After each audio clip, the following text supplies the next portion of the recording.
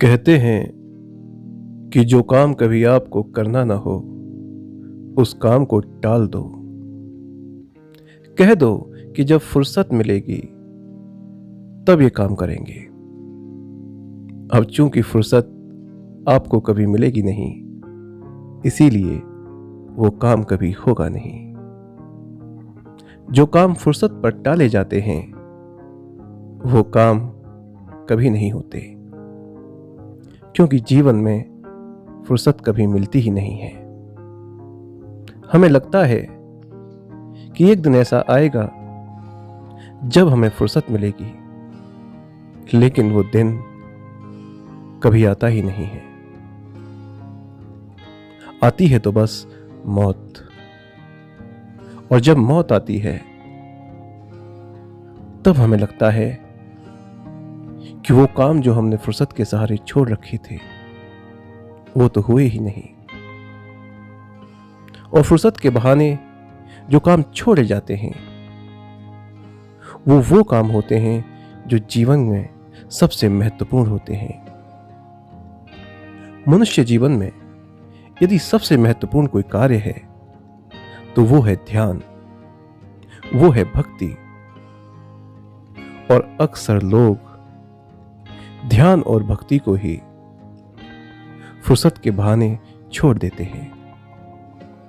अक्सर लोग यही कहते हैं कि जब फुर्सत मिलेगी तब ध्यान करेंगे, जब कर्तव्यों और दायित्वों का बोझ सर से उतर जाएगा, जब जीवन में संघर्ष ना होंगे, चुनौतियां ना होंगी, तकलीफें ना होंगी, उस दिन हम ध्यान करेंगे। जब सब कुछ व्यवस्थित हो जाएगा, तब हम ध्यान करेंगे। और ऐसा कभी होता नहीं है। लोगों को लगता है कि जो ये जीवन में चिंताओं और तकलीफों की आंधियां चल रही हैं, ये एक दिन शांत हो जाएंगी, और उस दिन वो ध्यान का दीपक जलाएंगे, भक्ति का दीपक जलाएंगे। लेकिन ये आंधियां कभी शांत नहीं होती। ये आंधियां उसी दिन शांत होती हैं जब जीवन खत्म हो जाता है। जीवन का दूसरा नाम संघर्ष है, दुख है, तकलीफ है। अगर जीवन में कोई संघर्ष ना रहे, कोई दुख ना रहे, कोई पीड़ा ना रहे, तो समझ लेना कि जीवन खत्म हो गया। जीवन में यदि शांति चाहिए, तो वो शांति इसी संघर्ष में मिलेगी, इसी दुख में मिलेगी, इसी अशांति में मिलेगी। यदि तुम ये सोचो कि दुख खत्म हो जाए, अशांति खत्म हो जाए, तब शांति मिलेगी, तो ऐसा कभी ना होगा। यदि ध्यान का दीपक जलाना है, भक्ति का दीपक जलाना है, तो वो इसी आंधी और तूफान में जलाना पड़ेगा। दायित्वों और कर्तव्यों की बोझ के तले ही दबे हुए तुम्हें मुक्ति के लिए प्रयास करने होंगे। यदि तुम ये कल्पना करते रहे कि ऐसा कोई दिन आएगा जब दायित्वों और कर्तव्यों से तुम मुक्त हो जाओगे, तो ऐसा कभी कोई दिन आने वाला नहीं है। तुम्हें आज और अभी अपनी मुक्ति के लिए प्रयास करने होंगे, शांति के लिए प्रयास करने होंगे। तुम ध्यान और भक्ति को अब टाल नहीं सकते, और यदि तुमने अभी उन्हें टाल दिया, तो समझ लेना कि तुम्हारा पूरा जीवन यूं ही व्यर्थ निकल जाएगा। तुम पूरे जीवन में बस ये कहते रहोगे कि हां, जब फुर्सत मिलेगी तब ध्यान करेंगे, और फुर्सत तुम्हें कभी मिलेगी नहीं। इस बात को समझाने के लिए मैं तुम्हें एक कहानी सुनाता हूं। उस कहानी को यदि तुमने सही तरह से समझ लिया, तो हो सकता है कि आज का ये व्याख्यान तुम्हारे जीवन की दिशा को बदल दे। आज इस व्याख्यान को सुनने के बाद तुम जीवन में ध्यान को उतारने के लिए तत्पर हो जाओ। तुम भक्ति को अपने हृदय में समेटने के लिए व्याकुल हो जाओ। तुम इंतजार ना करो फुर्सत का। तो चलो तुम्हें मैं वो कथा सुनाता हूं। एक समय का जिक्र है। एक राजकुमार शिकार खेलते खेलते रास्ता भूल गया और वो जंगल में भटक गया। वो बड़ा प्यासा था और उससे भी ज्यादा उसका घोड़ा प्यासा था। तो दो प्यासे जंगल में भटक रहे थे। ना तो रास्ता दिखाई दे रहा था और ना ही पानी का कोई सुराग मिल रहा था। बहुत देर तक वो भटकते रहे। फिर अचानक राजकुमार को एक शोर सुनाई दिया और जब राजकुमार ने वो शोर सुना तो उसने उस शोर का पीछा किया, क्योंकि जहां शोर हो रहा है वह इस बात की संभावना है कि वहां मनुष्य होंगे और जहां मनुष्य होंगे वहां पानी अवश्य होगा।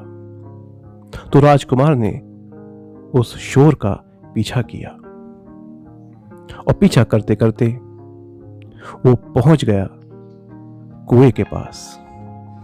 वहां से पानी निकल रहा था। जो शोर राजकुमार ने सुना था वो शोर रहट के चलने का था।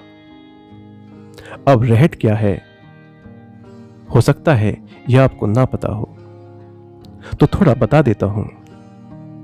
पुराने समय में जब इंजन की व्यवस्था नहीं थी तब लोग कुएं से पानी निकालकर ही सिंचाई करते थे। तो कुएं से पानी बाहर निकालने के लिए उस समय एक यंत्र था जिस यंत्र का नाम था रहट। रहट बहुत सारी बाल्टियों का एक चक्र था जिसे बैलों के माध्यम से घुमाया जाता था। जब बैल घूमते थे तो वो चक्र भी घूमता था और वो चक्र कुएं से बाल्टी भर के बाहर पानी निकालता था। तो बैल घूमते रहते थे और कुएं से बाल्टियां पानी निकालती रहती थीं। अब इस पूरी प्रक्रिया में बहुत सारा श्रम लगता था और बहुत सारा शोर पैदा होता था। जब रहट चलते थे तो रहट के चलने की आवाज दूर से आती थी। कई कोसों से रहट के चलने की आवाज आती थी। राजकुमार ने रहट पहली बार देखा था तो राजकुमार को रहट का अधिक ज्ञान नहीं था। राजकुमार ने पानी पिया और अपनी प्यास को शांत किया और उसके बाद में फिर उसने अपने घोड़े को जब पानी पिलाने के लिए कोशिश की तो घोड़ा पानी पी न सका। वो रहट की आवाज से इतना विचलित हो रहा था कि वो चाहकर भी पानी पी नहीं पा रहा था। जब राजकुमार ने यह देखा तो उसने किसान से कहा कि इतना शोर क्यों कर रहे हो? तुम देखते नहीं हो कि मेरा घोड़ा पानी नहीं पी पा रहा? ये शोर बंद करो। तो किसान ने हंसकर कहा, राजकुमार, अगर ये शोर बंद हो गया तो पानी भी बंद हो जाएगा। यदि आप चाहते हैं कि आपका घोड़ा पानी पिए तो घोड़े को इस तरह से प्रशिक्षित करो कि घोड़ा शोर में ही पानी पीना सीख जाए। अगर घोड़ा शोर से विचलित होता रहा और वो इस प्रतीक्षा में रहा कि जब शोर ना होगा तब मैं पानी पीऊंगा, तो यकीन मानिए कि घोड़ा प्यासा ही रहेगा, क्योंकि ये शोर कभी थमेगा नहीं और अगर शोर थम गया तो पानी भी थम जाएगा। तो इस कहानी में जो हालत उस नादान राजकुमार की है, बिल्कुल वही हालत जीवन में हमारी है। जैसे वो राजकुमार रहट से परिचित नहीं है, ऐसे ही हम भी जीवन से परिचित नहीं हैं। जैसे उस राजकुमार को लगता है कि जब शोर ना होगा तब उसका घोड़ा पानी पिएगा, ऐसे ही हमें लगता है कि जब हमारे जीवन में कोई तकलीफ ना होगी, कोई संघर्ष ना होगा, तब हमें शांति मिलेगी। जैसे उस राजकुमार को वो किसान समझाता है, ऐसे ही हमें ज्ञानी समझाते हैं, अनुभवी समझाते हैं, ध्यानी समझाते हैं कि हे मनुष्य, अगर तुझे शांति पानी है, अलौकिक आनंद पाना है, तो वो तुझे इसी अशांति के बीच में मिलेगा। जीवन के संघर्षों के बीच में ही तुझे जीवन का अमृत मिलेगा। तू अपने मन से ये विचार निकाल दे कि कभी कोई ऐसा दिन आएगा जब जीवन में संघर्ष ना होंगे, तकलीफ ना होंगी, कर्तव्य ना होंगे, दायित्व ना होंगे। ये हमेशा रहेंगे। अब तू अपने मन को ये आदत डाल ले कि वो इसी शोर में जीवन का अमृत पीना सीख जाए। अपने मन को इस तरह से प्रशिक्षित करो कि तुम जिस भी हालत में हो, उसी हालत में तुम शांति पा सको। अगर तुम दफ्तर में काम करते हो, तब भी तुम शांति पा सकते हो। अगर तुम किसान हो, तब भी तुम शांति पा सकते हो। अगर तुम व्यापारी हो, तब भी तुम शांति पा सकते हो। अगर तुम छात्र हो, तब भी तुम शांति पा सकते हो।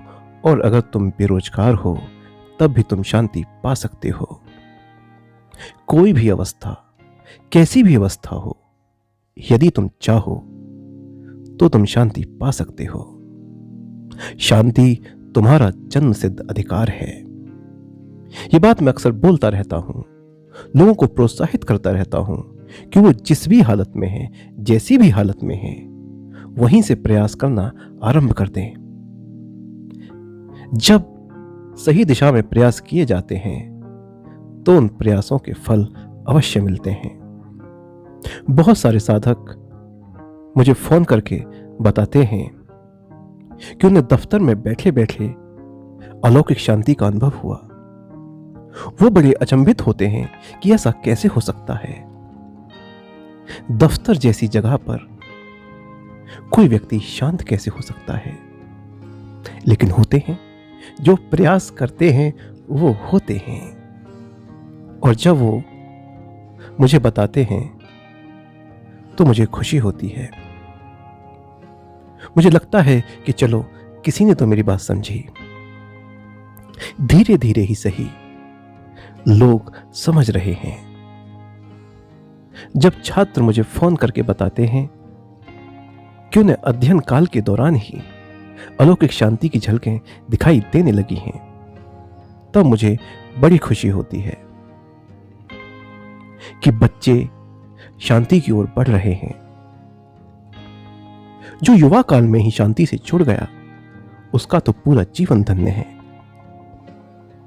तो मुझे बड़ी खुशी होती है जब कोई स्टूडेंट मुझे यह बताता है कि आज हमने आपकी वीडियो सुनी और उसे सुनने के बाद अचानक ऐसा लगा कि जैसे सब कुछ शांत हो गया हो। जब इस तरह से लोग मुझे सूचित करते हैं, तब मुझे खुशी होती है कि जो कार्य मैं करना चाह रहा हूं, वो कार्य हो रहा है। यही तो सबसे श्रेष्ठ कार्य है जो मनुष्य होने के नाते हमें करना चाहिए। मेरा मानना यह है कि यदि हम मनुष्य हैं तो हमें अलौकिक शांति का सेवन करना चाहिए, उस अलौकिक आनंद को अनुभव करना चाहिए, और ना केवल स्वयं अनुभव करना चाहिए, अपितु दूसरों को भी प्रेरित करना चाहिए। तो मैं यही कर रहा हूं। इस चैनल के माध्यम से मैं ध्यान को इतना सरल कर रहा हूं, इतना सुलभ कर रहा हूं कि जितना शायद ही किसी ने किया हो। मेरा मानना है कि प्रत्येक व्यक्ति ध्यान का अधिकारी है। बच्चे, बूढ़े, जवान, स्त्री, पुरुष, पापी, पुण्यात्मा, सब ध्यान के अधिकारी हैं। मैंने भांति भांति के लोगों को गाइडेड मेडिटेशन कराई है, ध्यान पर बिठाया है, और ये पाया है कि सबके अंदर वो शांति उपस्थित है। मैंने अपने जीवन से ये सीखा है कि ईश्वर, शांति, आनंद, आप चाहे उसे किसी भी नाम से बुलाओ, वो बहुत सरल है, बहुत सुलभ है।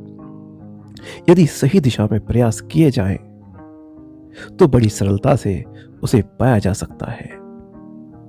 तो यदि आप धर्म के रास्ते पर चलना चाहते हैं, अलौकिक शांति का अनुभव करना चाहते हैं, अलौकिक आनंद का अनुभव करना चाहते हैं, तो अब ध्यान को टालना बंद कर दीजिए।